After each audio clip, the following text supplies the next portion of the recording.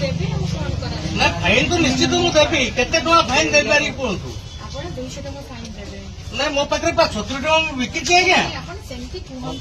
Madam ଦେଖନ୍ତୁ ତାହେଲେ ଆପଣ ରୁହନ୍ତୁ। ଆଉ କଣ କରିବେ? ମୁଁ ନେଇକି ଯିବେ ବିକ୍ରି ହେଲେ ଆଉ କଣ କରିବି କୁହନ୍ତୁ?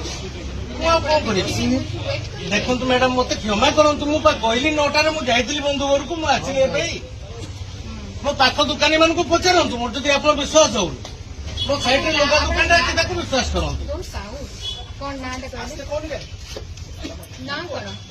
ନାଁଟା ହିମାଂଶୁ ସାହୁ। ହଁ ହିମାଂଶୁ ସାହୁ।